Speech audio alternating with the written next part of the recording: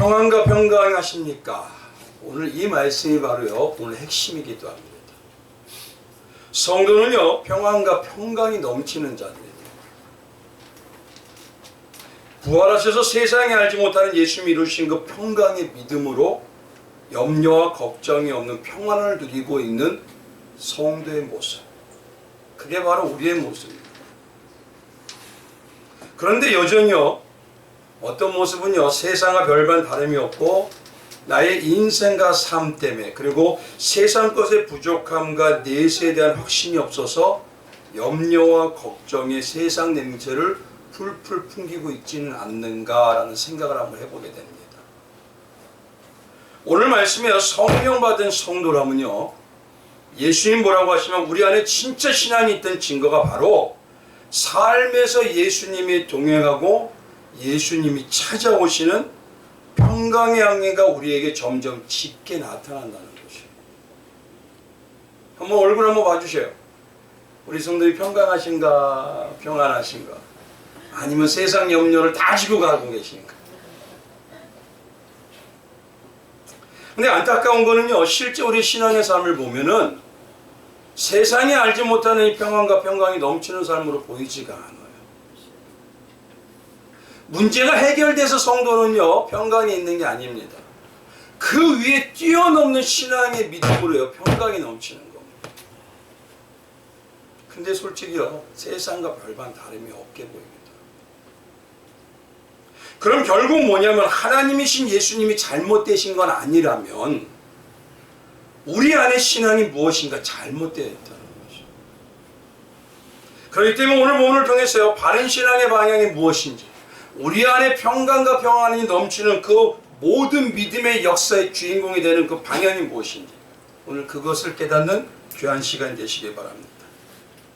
오늘 말씀은요 사도행전이라고 하는데 이 사도행전을요 일명 다른 많은 분들이 뭐냐면 성령행전이라고 합니다.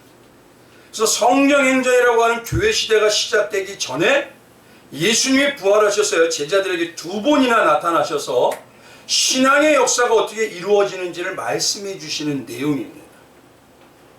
그래서 이 뒤에 연결되는 게 바로 사도행전의 성령 강림 사건부터 시작되는 게 연결이 되는 것입니다. 그래서 오늘 이 신앙은요 무엇이라면 실제 내 삶에서 이루어진 신앙의 모습이 어떤지를 분별해 보셔야 되는 거예요. 오늘 보면 19절에 보면요 위에 19절 위에 보면은 이 내용은요 사복음서에 다 기록되어 있다고 합니다. 근데 유일하게도요 요한복음에만 도마의 사건이 기록되어 있어요. 예수님께서 오늘 본문의 말씀에 보면요 2번을 나타나게 되십니다. 다 뭐라고 하냐면 평강이 있을지어다, 평강이 있을지어다. 그리고 또다시 나타난 여들의 위에도 평강이 있을지어다 라고 말씀하십니다. 그래서 이 내용을 각각 보면요 사복음서에 다 기록되어 있다면 과연 어떻게 기록되어 있느냐. 그래서 마태복음에 가면요 제자들이 모여있는 곳의 내용에 대한 내용은 없습니다. 오히려 뭐냐면 내용이 지나가서 갈릴리에서 만나고 나서 지시한 산으로 가라고 하십니다. 그래서 거기에 가시고 예수님을 경배하는데 문제는 뭐냐면 여전히 그들이 믿지 않고 의심하더라라고 아주 간단하게 기록되어 있어요. 마가복음에는요 제자들이 모여있을 때 음식을 먹고 있었다고 합니다. 근데 예수님이 나타나서 뭐라고 하시냐면 그들의 믿음 없음을 꾸짖으신다고 하죠. 그리고 믿음 없음을 꾸짖으면서 뭐라고 하냐, 너희가 어찌 이렇게 완악하냐라고 얘기하죠. 그런데 그 말씀을 하시고 나서 다시 한번 복음의 증인이 되라라고 합니다. 그리고 연결해서 뭔 얘기 나오냐면 하늘로 올라가시니라가 곧바로 나옵니다. 결국 마가복음에도 예수님이 승천하시는 산의 모습에 대해서 나타나 있지만 오늘 이 모인 장소라는 이곳에 대한 것은 자세히 말하지는 않고 있어요. 그에 반면 누가복음에는요 비교적으로 자세히 말합니다. 누가복음에서는요 모인 곳에 평강이 있으라라고 예수님이 나타나십니다. 근데 요한복음과는 다르게요. 요한복음은 어디입니까? 손과 어디죠? 옆구리잖아요. 근데 누가복음은 손과 발을 보고 믿어라 라고 하시는 이유가 있겠죠. 근데 이게 오늘 1시간으로 다 끝날 수가 없어요. 그래서 근데 문제는 뭐냐? 그 순간 제자들이요 믿지 못하고 오히려 놀랍게 여기더라 라고 끝납니다. 그러니까 순간에 기적을 봤을 때 대단한데? 이런데 믿음의 삶은 안 나온다는 것이. 그래서 예수님은요, 그 누가복음에 뭐냐면 본인이 살아있는 자라는 걸 증거하기 위해서 같이 식사도 하십니다. 그리고 누가복음에는요, 예수님이 십자가에 죽으셨다가 부활하는 복음의 증인이 되라고 또 말씀하십니다. 그리고 곧바로 이 누가복음은요, 사도행전으로 연결해서 승천의 사건과 딱 연결을 시키십니다. 근데 오히려요, 누가 이 요한복음에만은 이 사건이 자세히 기록되어 있어요. 그 모인 곳에 가서 얘기한 내용까지 다 기록됩니다. 그러면 요한은 왜 이렇게요, 자세히 며칠 간격으로 있는 두 번에 나타난 사건을 자세히 기록하고 있느냐는 거예요. 오늘은 이 말씀으로 갖다가 하나하나 말씀을 드리기 원합니다. 그 이유가 뭐 때냐면요, 30절하고 31절 때문입니다. 우리 한번 같이 묵독해 볼까요? 31절만요. 같이 묵독합니다. 시작. 오직 이것을 기록함은 너희로 예수께서 하나님의 아들 그리스도이심을 믿게 하려 하며 또 너희로 믿고 그 이름을 힘입어 생명을 얻게 하려 함이니라.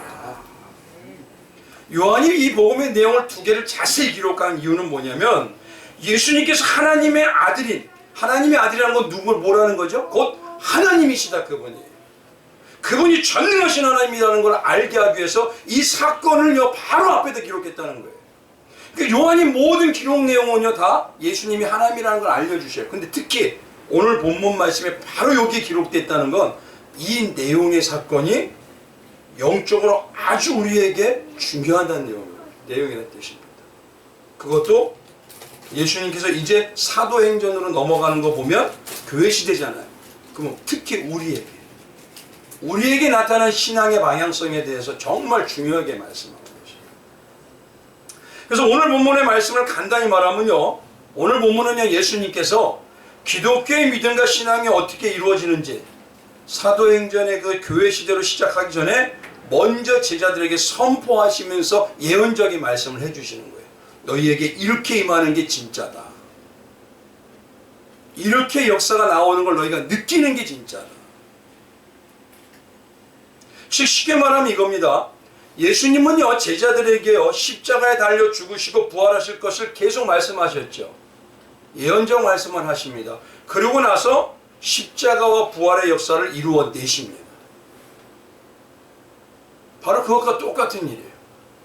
그러니까 오늘 본문도 뭐냐면 사도행전의 성령의 강림 사건 이후에 교회가 시작되기 전에 먼저 예언적으로요, 예수님이 얘기하시는 거예요. 두 번의 사건을 나타나서 너희가 이런 신앙이 돼야 된다. 그것을 분별해서 너희에게 진짜 있는 신앙이 어떻게 이루어지는지, 그리고 또 왜 나에게 평강과 평안의 은혜가 임하지 못하는지.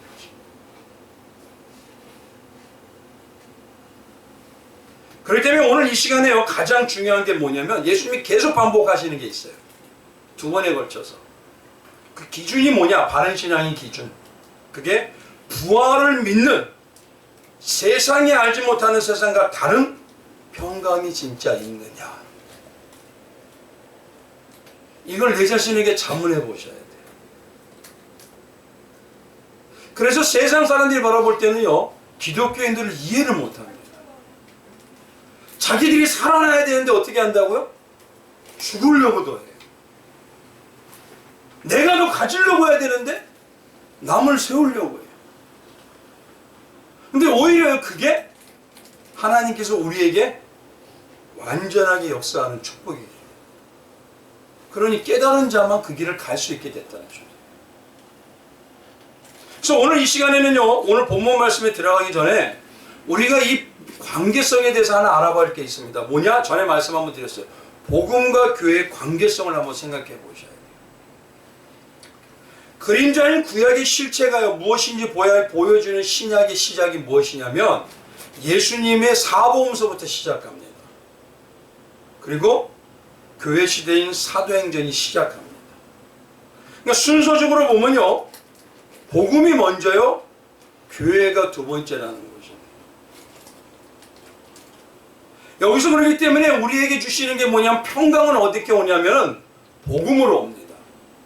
그럼 복음의 평강이라는 게 어떤 것이냐?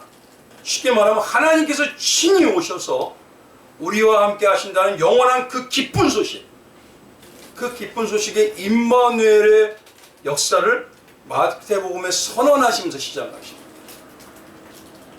내가 너희와 함께하리라. 우리 성도님들이 하나님과 함께 하시는 귀한 성도님 되시기 주님의 이름으로 축원드립니다. 하나님이 정말 함께 하시죠? 꼭 이렇게 물어보면요 갑자기 씩 웃으세요. 하나님이 정말 함께 하시죠? 그래서 마태복음 1장 23절은 뭐냐면 보라 처녀가 잉태의 아들을 낳을 것이고 그 이름은 임마누엘이라 하리라 라고 합니다. 그건 뭐냐? 하나님이 우리와 함께 계시다. 함께 계심으로 나타난 특징이 뭡니까? 바로 평강이에요.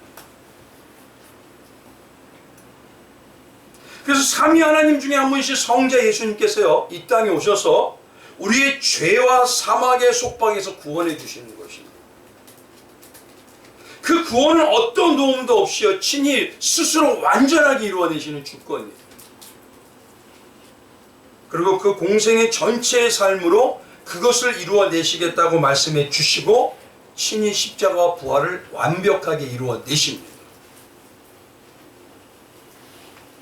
그러니 한번 보십시오. 이 부활과 십자가 부활을 아는 성도라면 십자가 부활을 깊이 알면 알수록 무엇을 안다는 겁니까? 하나님이 나와 함께 하신다. 그런 평강이 내 안에 역사하신 성령이 있으면 그 하나님이 함께 하신 게 믿어지게 되니 평강으로 담대한 믿음이 나와. 그게 바로 초대교회예요. 여기서 가장 중요한 게요 십자가 그리고 부활을 통해서 이루어낸 구원의 핵심은 뭐냐? 죄와 사망을 끊는 그것이 실제적인 신앙의 기쁨의 평강이 있어야 된다는 거예요. 죄와 사망이 있어가지고요 우리는요 평강을 누릴 수가 없습니다. 이 땅의 삶에서요 많은 염려와 낙심, 불평과 시기, 질투 뭐냐 그건 다 죄로 인해서예요. 죄가 있기 때문에 나온 게 바로 사망입니다. 성도의 가장 특징이 뭐냐면 사망아 너의 쏘는 것이 뭐냐? 넌 나와 관계가 없다. 이걸 선언하는 거예요. 그게 바울의 신앙입니다. 그래서 오히려요 하나님 백성들은요 죽는 길에 가도 웃게 됩니다. 제가 놀라운 건요 어떤 목사님이요 내가 죽으면 진짜 그러시더라고요. 죽으면 찬양을요 진군 찬양을 들어요. 하나님의 나팔 소리 천지진. 근데 우리는 어떠죠? 며칠 후 성도의 가장 특징은요 죽음의 증상들을 다 이긴 자들입니다. 그러니요 나는 반드시 살아날 수 있는 자가 되는 거예요. 그러니 평강이 안 올 수가 없는 거예요. 근데 지금은요 어느 시대보다 말씀은 많이 하는데 이 평강이 안 거예요.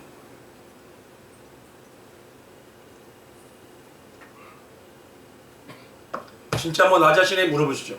주님이 주시는 임마누엘에 함께 하신 평강을 누리시고 계십니까? 평강을 누린 성도는요 어떤 사건이 나도 하나님이 지금 뒤에 계셔. 어떤 일이 이루어져도 그분이 만들어내셔. 그게 평강입니다.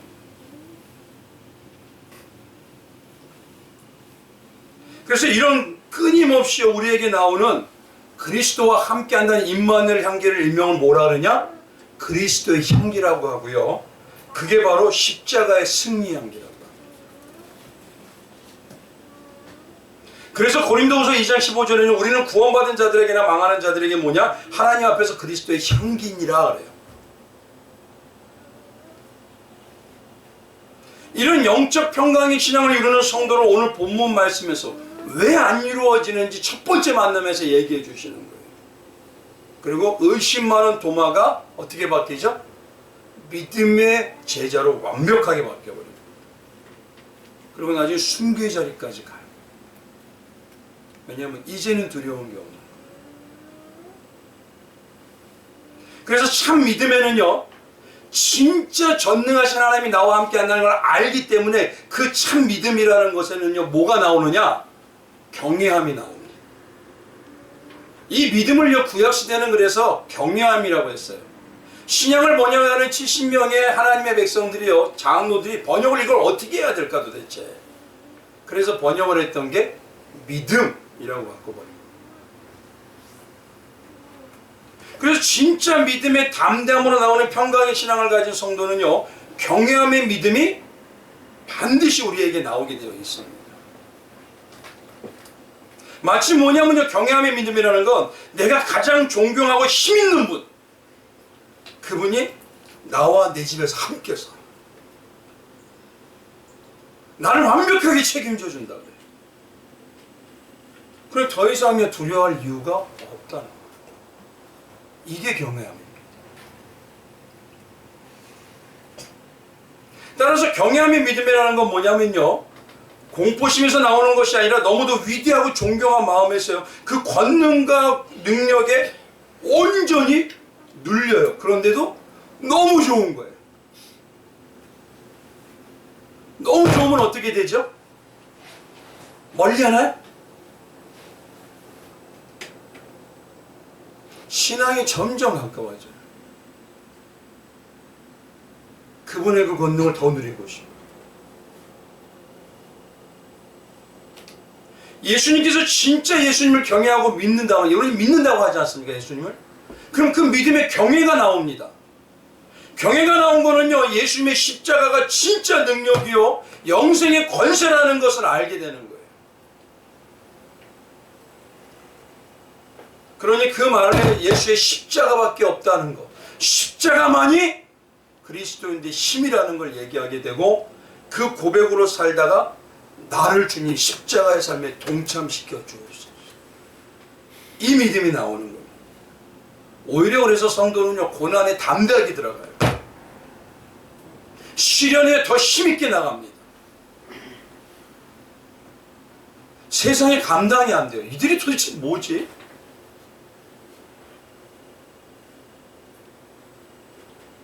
그래서 바울은 뭐라고 하냐면요, 하나님의 경외함의 믿음에 나오기 위해서는 어떻게 되느냐? 내가 약할 때 가장 강함이라. 왜냐하면 내가 약하면 약해질수록 진짜 믿음의 예수님의 역사가 나온다는 것이죠. 바로 그 신앙의 방향성을 보여주는 게 오늘 말씀입니다. 그래서 교회는요, 외적 자체에다가 외면에다가 너무 중요하게 많이 꾸미면 안 돼요.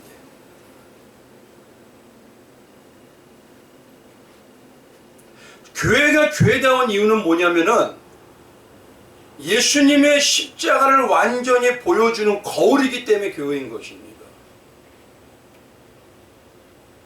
십자가를 보여주기 때문에 교회인 거예요. 복음의 통로가 되기 때문에 교회가 중요한 것입니다. 그게 아니면요, 교회라는 이름을 가지고 있는 그냥 십자가만 달고 있는 건물인 거예요.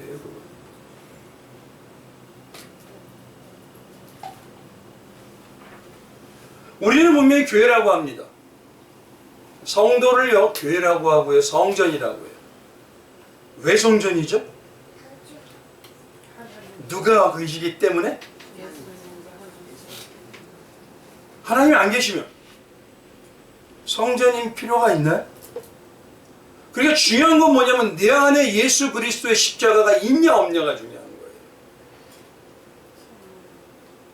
내가 아무리 성도라고 하고 내가 아무리 교회라고 해도요, 거기서 풍기는 느낌이 그리스도의 향기가 아니면 그건 아무 의미가 없어져 버립니다. 내가 그냥 교회라고 우기는 것밖에 안 되는 거예요. 그래서 한번 생각해 보십시오. 교회는 예수님이 없는데 외모는 너무 훌륭해. 그게 어디였습니까? 유럽교회였잖아요. 지금의 교회들은 외모는 너무 훌륭해요. 웬만큼 크면 다 성이에요. 제가 보니까. 제가 한때는 면목동에서 살았는데 금남교회는 성이에요.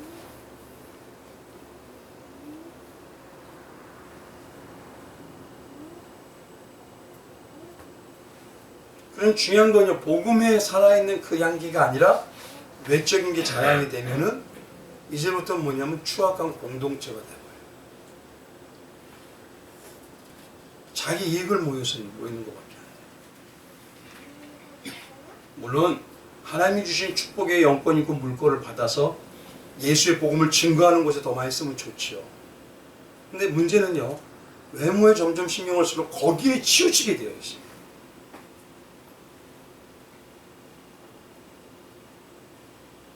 그래서 오늘 본문 말씀은 무엇이냐면 너희의 신앙을 온전히 올바르게 하기 위해서 예수님이 먼저 우리의 잘못된 부분을 다 드러내시는 부분이에요. 첫 번째가.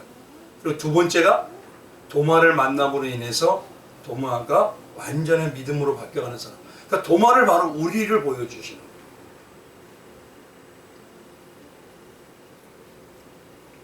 거예요. 오늘 그래서 내용을 가만히 보면요, 제자들은요 두려워서 문을 꼭꼭 닫고 있어요. 왜요? 왜 그럴까요? 유대인들이 두려워서. 유대인들이 두려워서. 근데 저는 이 내용이 좀 이해가 안 가요. 왜냐하면 이 앞에 어떤 사건이 있었죠? 마리아들이 예수님 만났잖아요? 두 제자가 빈 무덤을 봤잖아요? 그리고 마리아가 들었잖아요? 왜 살아계신 사람을 여기서 찾느냐? 근데 왜 그러죠? 우리를 생각해 보세요. 하나님은 살아서 믿음으로 역사하십니다.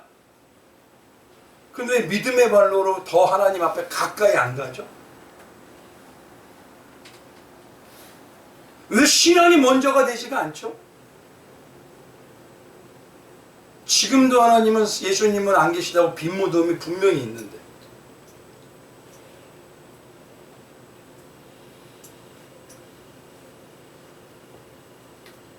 그래서 신앙의 첫 번째는요, 가장 중요한 건 우리가 잊지 말아야 되는 건 내가 예수님을 믿으려고 갈 수 있는 게 아니에요.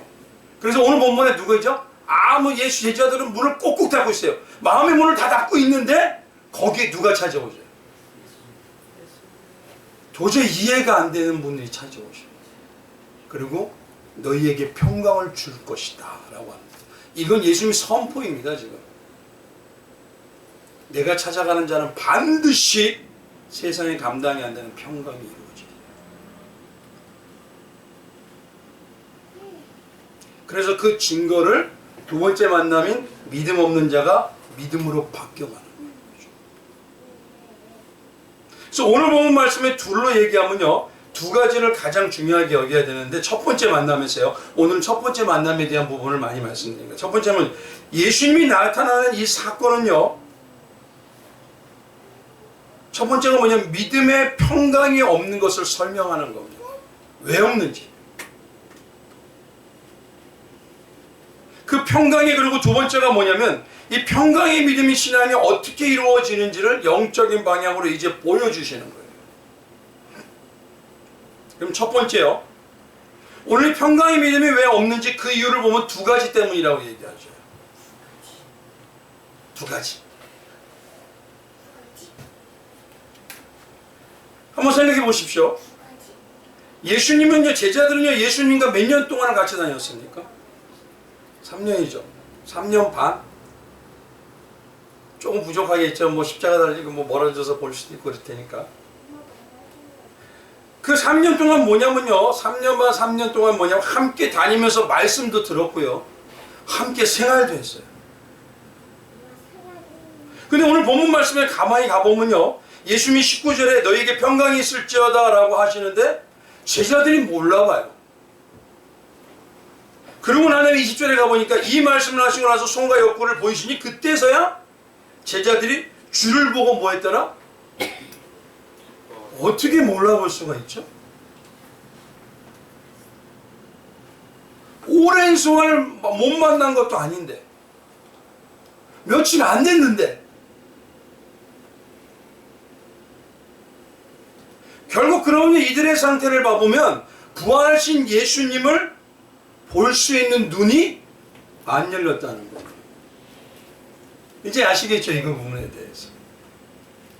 이걸 쉽게 말하면요, 영안이라고 하는 거예요. 부활하신 전능하신 하나님을 만나는 자들에게 열려야 되는 게 영안입니다. 그래야 어떻습니까? 믿음이 나오는 거예요. 남들이 못 보는 거. 밭에 감춘 돌덩이인데 나에게는 뭐로 보여요? 그래야 다 팔아버리는 거예요. 그냥 뭐 사기 위해서요? 맞잖아요. 이게 신앙으로 주신 하나님의 믿음의 사람이 틀린 부분입니다. 영원히 뜨이지 않으니까 뭡니까? 믿지를 못하는 거예요. 그냥 올바른 신앙의 방향과 영적인 방향도 알지 못하는 겁니다. 첫 번째, 평강이 있을지도 않은데 평강을 못 누린 이유가 안 보여서 그러는 거예요. 근데 그 안 보이는 건요, 우리가 육신의 눈으로 보는 게 아닙니다. 영의 눈으로 보는 거죠.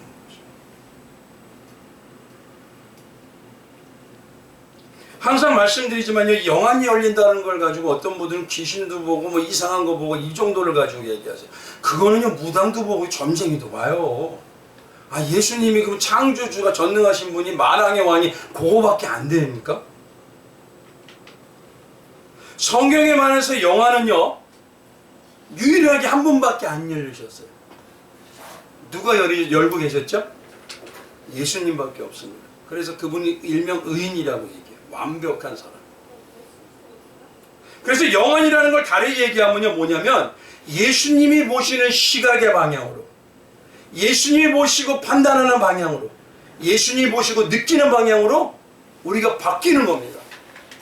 그게 영안이에요.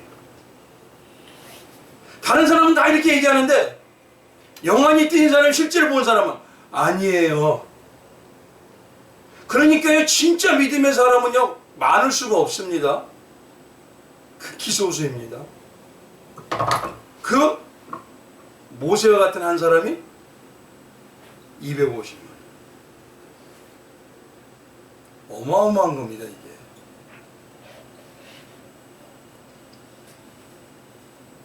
근데 이해가 안 가는 건 뭐가 있냐면요, 성령은 그러면 언제 오십니까? 성경으로 볼 때 언제 오시죠? 사도행전 2장에 보면 불의 같은 성령의 강림이 있잖아요. 그럼 아직 성령이 오시지 않았어요. 믿음은 누가 어디서 이루어져? 내 안에 성령께서 이루어지시는 건데. 그럼 문제는 예수님은요, 아직 성령이 안 오셨다는 걸 다 아실 텐데 왜 갑자기 나타나셔서 평강할지어다 이 얘기를 하실까요? 그러면 성령이 없어도 평강이 이루어질 수 있기 때문에? 아닌 겁니다, 그게. 평강의 믿음은요, 성령이 주시는 것인데 성령이 아직 안 왔다는 것은 뭐냐면은 예수님이 뭐냐면 그들에게 이렇게 얘기하는 겁니다. 너희가 정말 참 평안이 있느냐? 너희가 정말 참 평강이 있느냐? 그건 너희에게서 나올 게 아무것도 없어. 너희는 그게 나올 수가 없는 존재야. 이걸 지금 얘기하시는 거예요. 그러고 난 다음에 참 신앙과 믿음은 이렇게 오는 거야 라고 난 다음에 22절에 보여주시는 겁니다. 어떻게 오신다고요? 이 말씀을 하시고 그들 향해서 뭐 했다? 숨을 내쉬며 성령을 받으라. 그러니까 이 성령은 언제 온다고요? 사도행전에 오시잖아요. 그러니까 먼저 얘기해 주시는 거예요. 성령은, 너희 안에 성령은 누구를 통해서만 오신다? 예수를 통해서. 우리 안에서 성령 역사는 누구를 통해서만 증거를 보여주신다? 맞잖아요. 그 예수의 십자가를 알면 할수록, 예수의 역사를 알면 할수록 내 삶에서 이루어지는 성령의 역사를 알 수 있다 없다? 근데 왜 예수의 십자가에 집중을 안 하죠? 십자가를 그냥 양념 치듯이 해서 세상삼 알려달라 그래요. 그거는요 세상삼 모릅니다.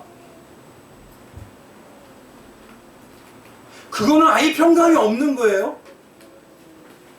내가 예수의 삶에 온전히 다 붙들릴수록 내 안에 평강의 믿음에 전능하신 하나님 확신이 오게 되니 어떤 삶에도 담대한 믿음이 나오는 거예요. 그게 초대교회라니까요.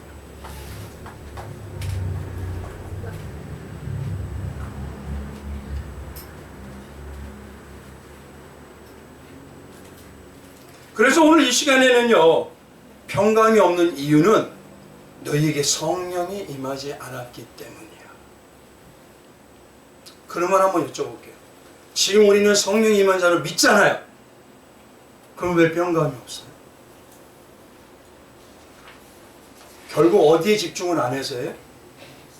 예수의 십자가에 집중을 안 해서. 직접 만짐이 없어요. 관에서는 아는데 만짐이 없어요. 오늘 성령을 받으라고 예수님이 어떻게 하시죠? 성령 감리는 뭐라죠? 불의 여 같은 바람이요. 그럼 느낌이 있다는 겁니까? 없다는 겁니까? 영적인 느낌. 그게 평강이고요. 그게 시원함이고 그게 기쁨이에요. 우리 성도님들 어떻습니까? 구원받은 기쁨. 예전하고 같으세요? 예전하고 틀리다는 건 결국 뭐냐면 내가 지금 십자가하고 멀어지고 있다는 증거입니다. 근데 왜 갈급해지질 않으시냐 이거예요. 그 갈급함은 오직 말씀을 통해서밖에 안 오는데.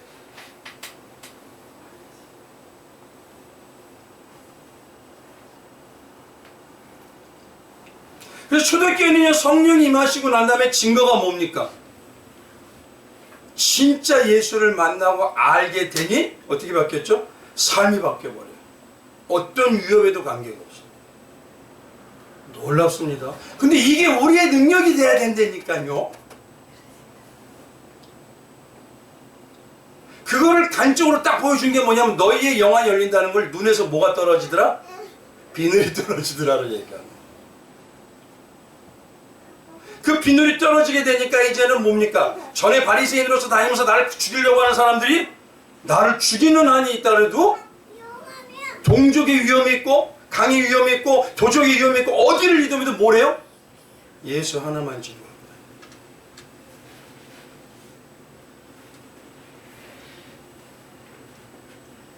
첫 번째 뭐냐면요 예수님이 말씀하는 거 너희에게 영안이 안 열렸기 때문이야 그러죠. 영안이 열린다면요 전능하신 하나님을 봅니다. 십자가가 진짜 완벽한 승리라는 걸 압니다. 그러면 내 삶에 지금 고난 같으나 나는 내 안에 성령이 있기 때문에 승리한다는 걸 알아요. 그러니 어려움이 있어도 괜찮아 이게 많아집니다. 한번 나를 보세요. 나 자신 어째서가가 많습니까? 괜찮아 이게 많습니까?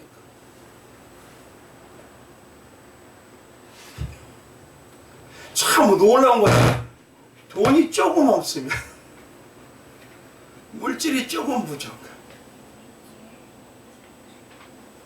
삶이 조금만 안 되면 그렇게 생각하면 예수님의 십자가는 완전히 망하는 건데 근데 오히려 뭐예요 그게? 완벽한 승리죠. 첫 번째 그래서 뭐냐면 우리에게 영안이 안 열려서요. 영안이 열린다는 건 내 안에 성령이 계신다는 것이고 성령이 일하신다는 거예요. 근데 왜 일을 안 하실까 지금? 간단히 말하면 성령의 역사는 어디 위해서만 운행하셔요?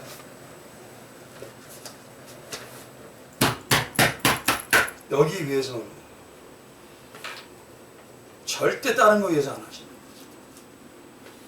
성령이 임하시고 성령의 역사가 나타날수록 나도 모르는 말씀의 깨달음이 점점 깊어져요. 말씀이 조금 더 외워져요. 조금 더 깨달아요. 그런데 문제는 말씀도 안 읽으면 이건 어떻게 해야 되는 거죠? 설교를 많이 들은 걸 가지고 내가 말씀을 많이 한다고 생각하시면 안 됩니다. 그건 말씀을 안 한 게 아니에요. 여기로 왔다가 일로 흘러갑니다.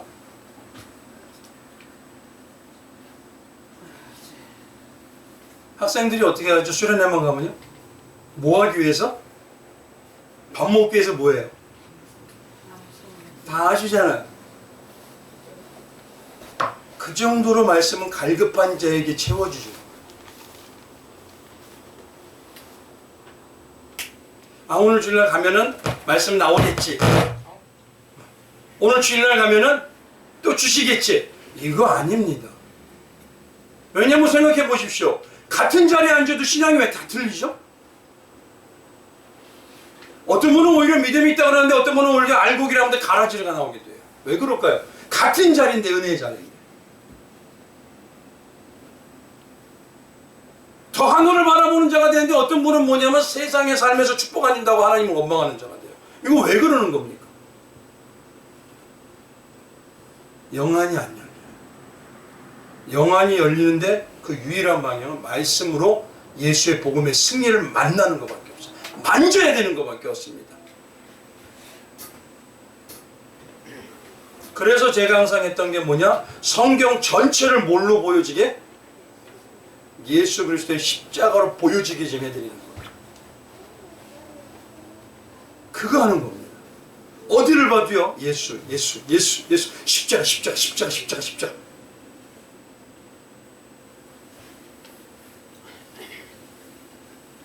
두 번째는 뭐냐면요. 성령을 여기서 받아라 하면서 왜 예수님이 후 하고 하셨을까?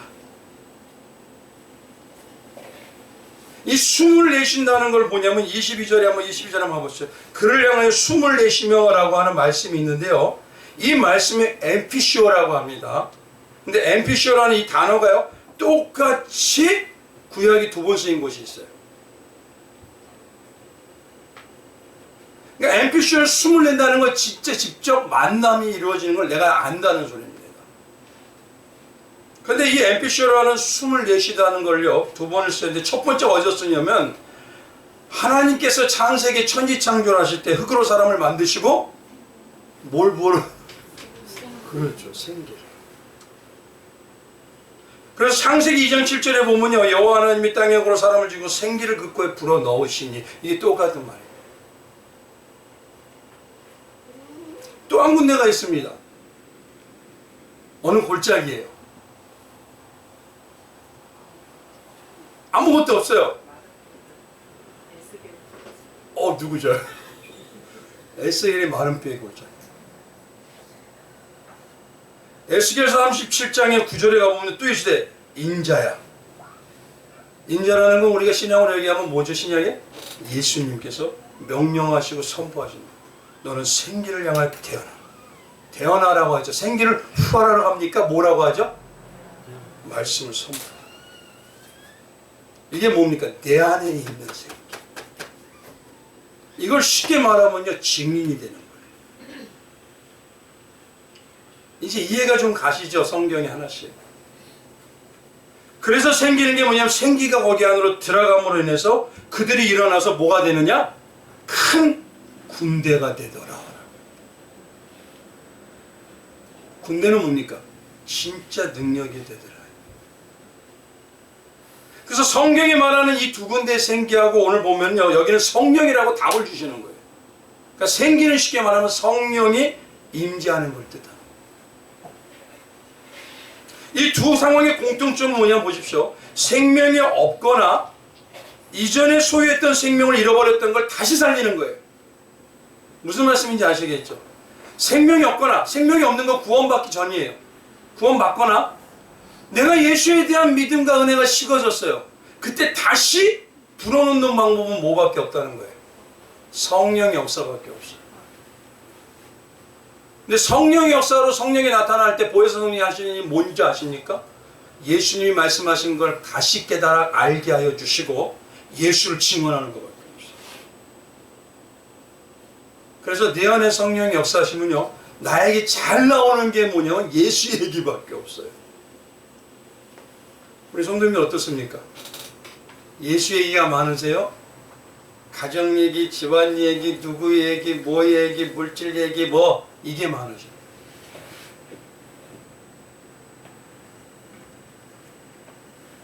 그래서 오늘 말씀은요, 어떻게 구원의 역사가 이루어지는지, 그 구원의 역사는 성령이 내 안에 임재하심으로 시작되는 거잖아요. 근데 그것처럼요, 내가 영안이 열리지 않고 세상의 염려와 걱정으로 막연한 두려움에 사로잡힐 때 어떻게 다시 열어주시는지, 그 열어주문에서 평강의 하나님을 만나게 되는지, 그게 바로 무엇이냐? 구원의 감격과 감동을 다시 회복해야 되는 것밖에 없습니다. 그게 바로 큰 군대가 되는 거예요. 내 안에 구원의 감격과 감동이 점점 깊어질수록요, 담대함이 나옵니다.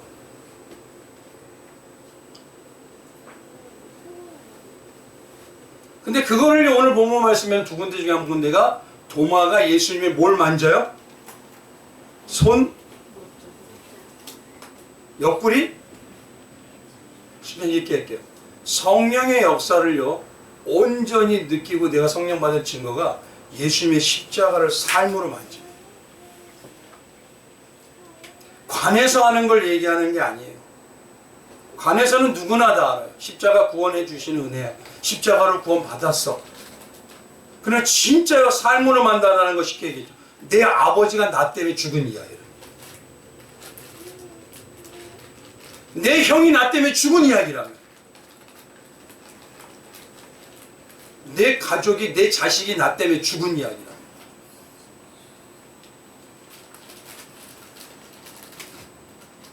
그렇게 느낀 자들이 고백하는 게 증인의 삶입니다.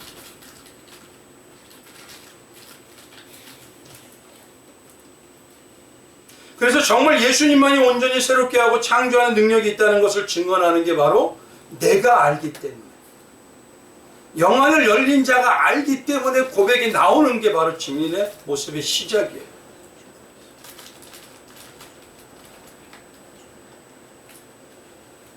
그래서 오늘 본문 말씀에 한번 봐봅시다. 21절에 이르죠. 예수께서 또 이르시되 너희에게 평강이 있을지어다 하고, 평강이 있다고 하는 사람 나오는 증거가 뭡니까? 아버지께서 뭐 하셨다? 나를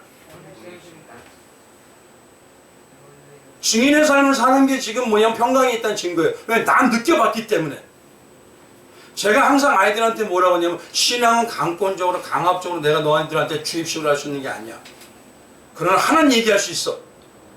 하나님을 난 만났어. 니들이 만나든 못 만나든 관계없어. 난 반드시 만났어. 그분을 위해서 난 생명을 걸어. 너희들이 그 은혜 있으니 하나님을 만나기 원해. 이거잖아요. 내가 만났기 때문에 증인을 사는 거예요. 내가 만났기 때문에 전도하는 거고요. 제가 만났기 때문에 예수를 선포하는 것이고. 그럼 성도님들은 삶에서 어떻게 하십니까? 예수님 만나셨어요? 근데 오히려 왜 예수님 만난 걸 가리려고 하죠? 어떤 분들은 식사 시간에도 되면요, 아멘, 아멘. 뭐죠? 제가 십주로 왔습니다. 구내 식당이라고 해서 사람이 몇십 명 모이는데요, 거기서 기도 안 해요. 아니 왜 더 증거가 있잖아요. 얼마나 좋습니까? 내가 하나님의 백성입니다. 근데 뭐 그것도 더 제가 당황스러운 건요, 수저면은요, 쉽게 하나 얘기를 드리는 거예요. 오히려 왜 예수님 믿는 걸 가리죠? 내가 못 만나고 영안이 안 열렸다는 소리입니다. 예수님 믿는 사람들은 성품이 날마다 좋아가서 이러고 사나요? 아니죠. 그럴수록 얘기하죠. 연약하기 때문에 난 예수 믿습니다. 부족하기 때문에 난 예수 믿습니다. 예수님이 나 붙들어 주시고 계십니다. 지금도 나는 성장하고 있습니다. 나는 새롭게 되어가고 있습니다. 그러면 선포해야죠. 제가 만난 예수님 증거입니다. 이번 명절이 이 증인의 삶을 사시기 주님의 이름으로 축원드립니다. 그러면 이 장에는 이거예요. 성령의 역사로 가장 먼저 평강의 믿음의 성도라는 증거가 뭐냐 이거예요. 내가 가장 먼저 성령의 역사가 내 안에서 나온다면 평강의 믿음의 증거. 그게 가장 뭐냐면 먼저가 바로 죄에 대한 자세입니다. 그게 바로 23절이에요. 한번 같이 읽어볼게요. 같이 읽어봅니다. 시작. 너희가 누구의 죄든지 사하면 사하여질 것이요 누구의 죄든지 그대로 두면 그대로 있으리라. 잘 보십시오. 죄를 사하진 거를 선포하려면요 먼저 어떻게 해야 돼요? 내가 사한 거를 알아야 돼요? 몰라야 돼요?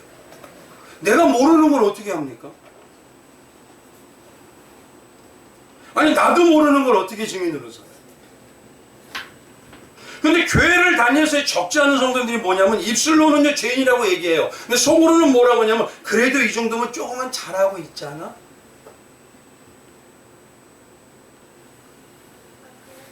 알게 모르게 의로움이 이렇게 올라와요. 목자부터도 그러는데 저도 가끔 그럴 때가 있는데. 그러면 중요한 거냐? 과연 우리가 조금 나은 믿음의 사람들이냐 이거예요. 오늘 본문을 보시면요 첫째 날 뭐냐면 그날 저녁에요 유대인들이 들어와서 문을 잠궜죠. 이들은 믿는 자들이었습니다. 다.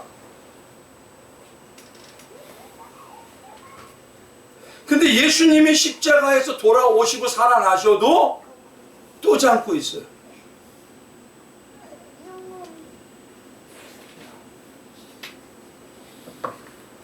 마리아와 베드로는 좀 봤고요. 요한도 들었습니다. 누가복음 24장에 가보면 예수님이 살아나서 왜 무덤을 찾느냐라고 얘기 다 합니다. 근데 마태복음에 말씀드린 대로 아까 말씀드린 대로 거기 마태복음에 있는 동일한 복음의 내용을 보면 그들이 뭐냐면은 산에 가서 예수님 부활 승천하시는데 그들이 믿지 않는다고요. 여전히 믿지 않더라. 그러면 앞에 벌써 두 번을 다 만났다는 거예요. 오늘 이 사건을. 이 사건이 두 번을 만나고 산으로 가서 예수님이 승천하는 걸 봤다는 거예요. 근데 거기서도 믿지 않아요. 여전히 의심해요.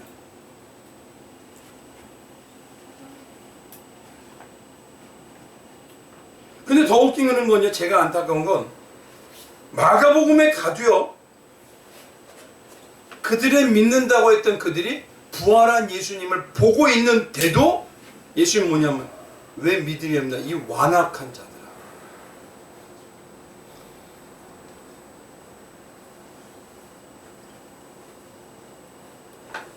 어떤 분들은 그래요. 완악이 뭘까요? 완악이 내가 죄인이라는 걸 절절히 느끼는 겁니다. 그러면 성도님 완악한 분이시죠? 그럼 뭐라 그럴까요? 아, 왜 나보고 완악하다? 근데 잘 보십시오. 이 완악이 어느 정도인지를 이제 보셔야 됩니다. 완악이라면 어마어마하게 죄인이라고 생각하죠. 그게 아닙니다. 이 완악함이라는 게 가장 잘 나온 게 어디냐면 출애굽기예요. 출애굽기 누구한테 얘기했죠? 하나님께서 뭐냐 말할 때 가장 완악한 자가 누구였어요? 출애굽기에서 바로가 가장 완악하죠. 그래서 출애굽기 9장 35절에 바로에게 얘기합니다. 애굽의 바로는요 뭐라고 하냐면 세상의 임금을 뜻하는 거예요. 그럼 지금의 세상의 임금은 누굽니까? 영적으로 마귀잖아요. 사단. 그러니까 애굽의 바로는요 사단을 뜻하는 겁니다. 사단이 가지고 있는 게 바로 완악함입니다. 그럼 하나 여기서 물어볼게요. 사단은 믿음이 있을까요? 없을까요? 네? 그냥 내 생각으로 없다고 하지 마시고 찾으셔야 돼요. 믿음이 있을까요? 없을까요? 이렇게 얘기하면 믿음이 있다는 거잖아요. 이게 어디냐면 야고보서 2장 19절에 한번 봐보세요.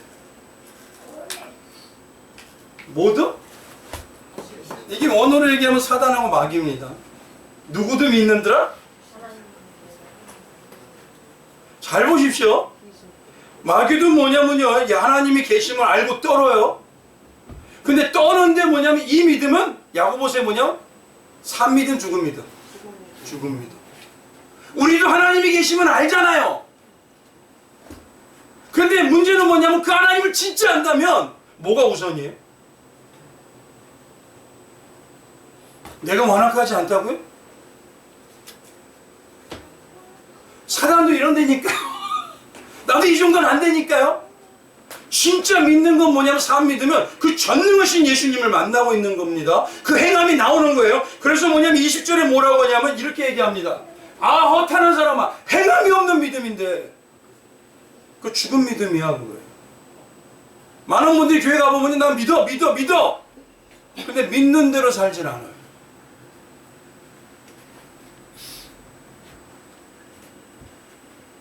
그리고 나와서 예를 하나 보여준 게 누구 얘기냐면 바로 아브라함이 이삭을 바친 사건을 예를 드는 거예요. 믿으면 뭐예요? 나에게 가장 중요한 것까지 누구를 해서 쓰더라?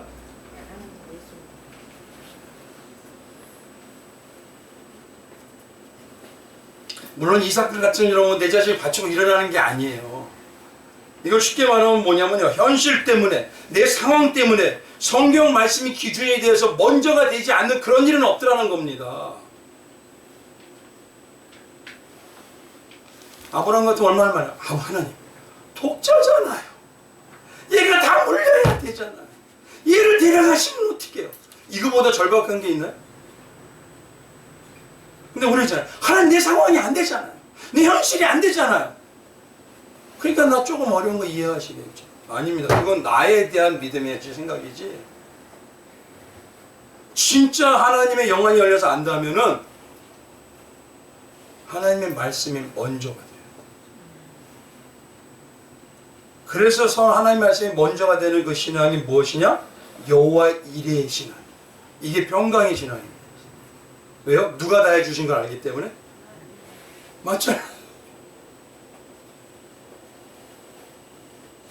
이 믿음이요, 그러면 여호와 이레라는 믿음이 행함으로 나오는 믿음의 증거가 뭐냐 이거예요. 이제 이게 중요한 겁니다. 성경에서 말할 때 믿음은 오직 이 믿음밖에 없대요. 갈라디아서 5장입니다. 갈라디아서 5장 5절 6절 같이 읽어보겠습니다. 시작. 우리가 성령으로 믿음을 따라 의의 소망을 기다리. 어떤 믿음?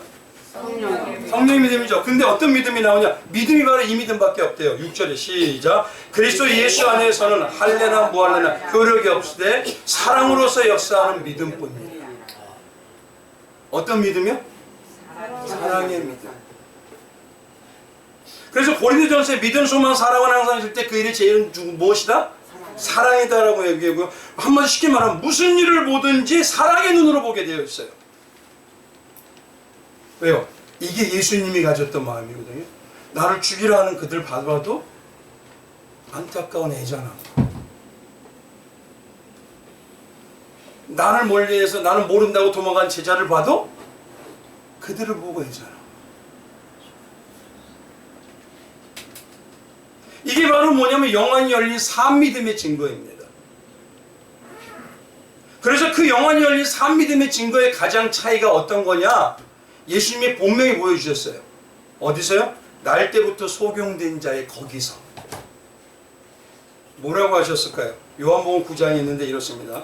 예수께서 길을 가실 때 날 때부터 맹인된 사람을 보신지라 제자들이 물어주되 라피어, 이 사람이 맹인으로 난 것이 누구의 죄로 인함입니까? 우리는 날마다 따지죠. 저 사람이 왜 저렇게 된 거예요? 죄 지어서 그래요? 저건 왜 그렇게 된 거예요? 저건 잘못해서 그런 거 아닙니까? 우리 날마다 판단하고 얘기를 해요. 근데 예수님이 여기서 뭐라고 하냐면은 예수께서 대답해 이 사람아 그 부모의 죄로 인한 것이 아니라 그에게서 뭘? 하나님의 일하심. 이건 하나님의 일하심이야. 이 믿는 자가 나오는 증거입니다.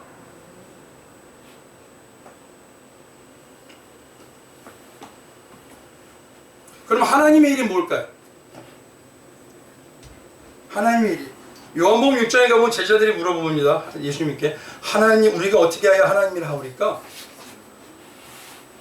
그럼 29절에 뭐라고 하시죠? 예수께서 대답하여 이르되 하나님께서 보내신 이를 믿는 것이.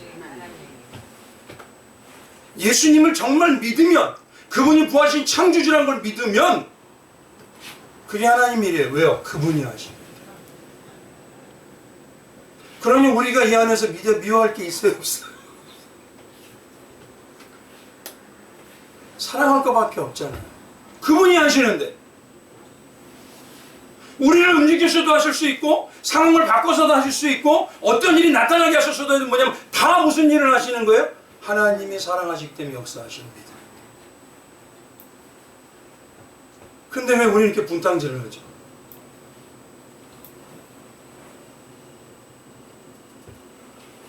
결국 뭐냐면요, 이 사랑의 주님을 못 만나는 이유는 뭐 때문에 그러냐면요, 요한복음 3장 16절이 우리의 삶이 안 돼서 다 알고 계시죠?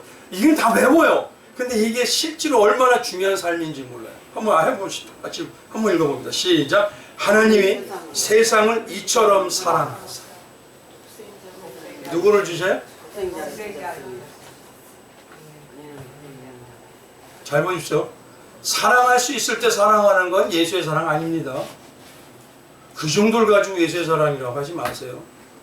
내 안에서 사랑이 나올 수 있어요, 없어요? 근데 내게서 사랑이 나오는 이유는 뭐냐면 그 하나님을 나는 봤기 때문에, 그 하나님을 진짜 알기 때문에. 하나님 앞에서 죄질 없으니까 나는 사랑만 하는 거예요. 근데 역사는 누가 하셔요? 그래서 예수님이 제자들에게 뭐라 하죠? 너희가 서로 사랑하면 이로써 모든 사람이 너희가 내 제자인 줄 알아요. 산믿음의 증거가 뭐예요? 산믿음. 사랑의 믿음이 지금 나오고 있냐? 사랑의 믿음이 나오니까 정죄의 믿음이다.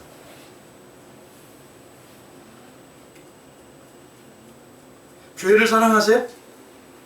자꾸 오고 싶을까요? 점점 멀어질까요?